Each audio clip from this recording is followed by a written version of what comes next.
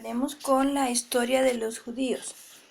Este pasaje del Éxodo refleja un miedo y un fanatismo terribles. Además, los israelitas se equivocaban al suponer si eso creían que el empleo de imágenes era una forma de infantilismo religioso. La mayoría de las religiones antiguas de Oriente Próximo no creían que los ídolos de madera o piedra o bronce fueran dioses en sí mismos. Bueno, yo creo que sí, pero él como historiador dice esto. Consideraban que la imagen era un modo práctico gracias al cual el feligrés común y sencillo puede visualizar la divinidad y alcanzar con ella una comunión espiritual. Es lo mismo que dicen los católicos. Esa ha sido siempre la justificación católica romana del uso de imágenes no solo de Dios, sino de los santos.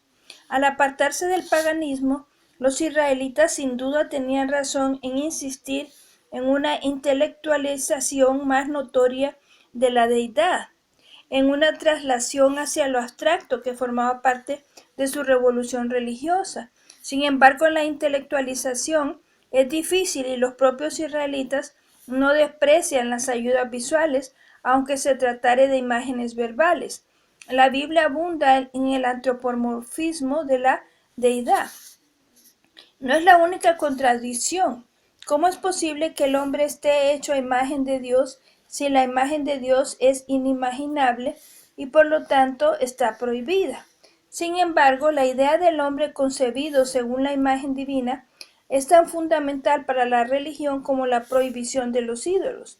En cierto modo constituye el cimiento de su moral, pues se trata de un principio que lo abarca todo. Como el hombre está hecho a imagen de Dios, pertenece a Dios.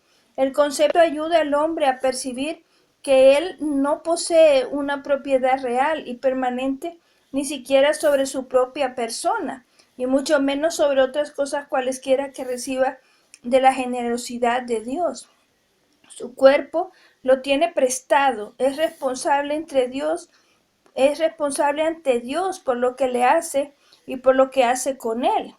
Pero en principio significa también que el cuerpo, el hombre, debe ser tratado con respeto e incluso dignidad. El hombre tiene derechos inalienables.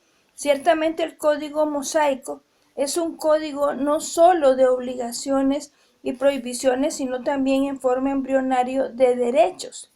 Es más, es una declaración primitiva de igualdad. No solo el hombre como categoría ha sido creado a imagen de Dios, sino que todos y cada uno de los hombres han sido creados a imagen de Dios. En este sentido, todos son iguales. Y esta igualdad no es conceptual, es real, en un sentido que tiene suprema importancia. Todos los israelitas son iguales ante Dios y por consiguiente iguales ante su ley.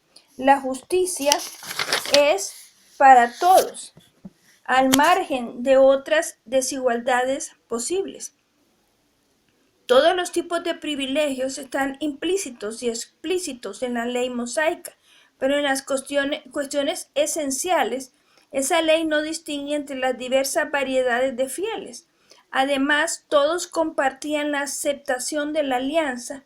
Era una decisión popular, incluso democrática. Así los israelitas estaban creando un nuevo tipo de sociedad. Josefo la definió más tarde como una teocracia que deposita toda la soberanía en manos de Dios. Los sabios habrían de afirmar que soportaba el yugo del reino del cielo. Los israelitas podían tener magistrados de diferentes clases, pero su poder era delegado, pues Dios dictaba la ley e intervenía constantemente para asegurar que se lo obedeciera. El hecho de que Dios gobernase significa que en la práctica de su ley gobernaba. Y como todos estaban igualmente sometidos a la ley, el sistema fue el primero en recoger el doble mérito del imperio de la ley y la igualdad ante la ley. Filón lo denominó democracia y afirmó que era la mejor constitución y la que estaba más sujeta a la ley. Pero por democracia no entendía el gobierno de todo el pueblo, sino que la definía como una forma de gobierno que honra la igualdad y se somete a la ley y la justicia. Habrá sido más exacto calificar el sistema judío de teocracia democrática porque en esencia eso era. Por tanto, en la época de Moisés, los israelitas estaban fortalecidos y confirmando una tendencia que, como ya sabemos, venía a subvertir el orden vigente. Era un pueblo servil que se alzaba contra su amo egipcio, la monarquía más antigua y autocrática del mundo. Huían al desierto y recibían sus leyes en una asamblea popular masiva, no en una ciudad creada hacía mucho tiempo, sino en la ladera desnuda de la montaña, de labios de un jefe que ni siquiera se autodenominaba rey. No sabemos dónde estaba el monte Sinaí de Moisés. Bueno, pero una de las conclusiones más importantes de dónde estaba el monte Sinaí era que estaba en Arabia Saudita. Algunos piensan que en la península del Sinaí, pero parece que lo más aceptable es en la Arabia Saudita. Es posible que fuera un volcán todavía activo. El actual monasterio del Sinaí fue siempre un lugar cristiano. Se remonta con seguridad al cuarto siglo de nuestra era, quizás incluso al segundo. Pero eso fue 1450 años después de que Moisés descendiera de la montaña. Es probable que después de que los israelitas se asentaron en Canaán, el Sinaí mosaico continuara siendo durante generaciones un lugar de peregrinación.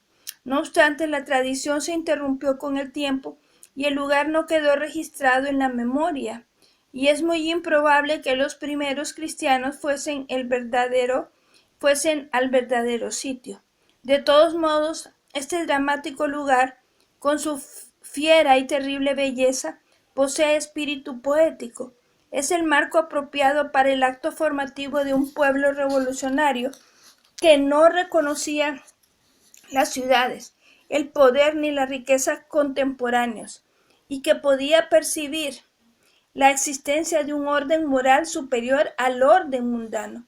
Más tarde, en un fragmento dramático, el deutero Isaías expresaría la exaltación judía de la ausencia de poder en la persona del servidor doliente del Señor, el cual al final se impone victorioso y aún después un sectario judío. San Pablo preguntaría, ¿acaso no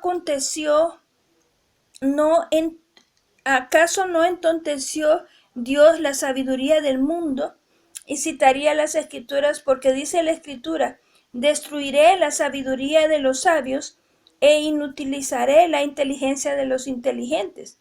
Pero la primavera de esta tradición se inauguró en el Sinaí. Que el Señor les bendiga.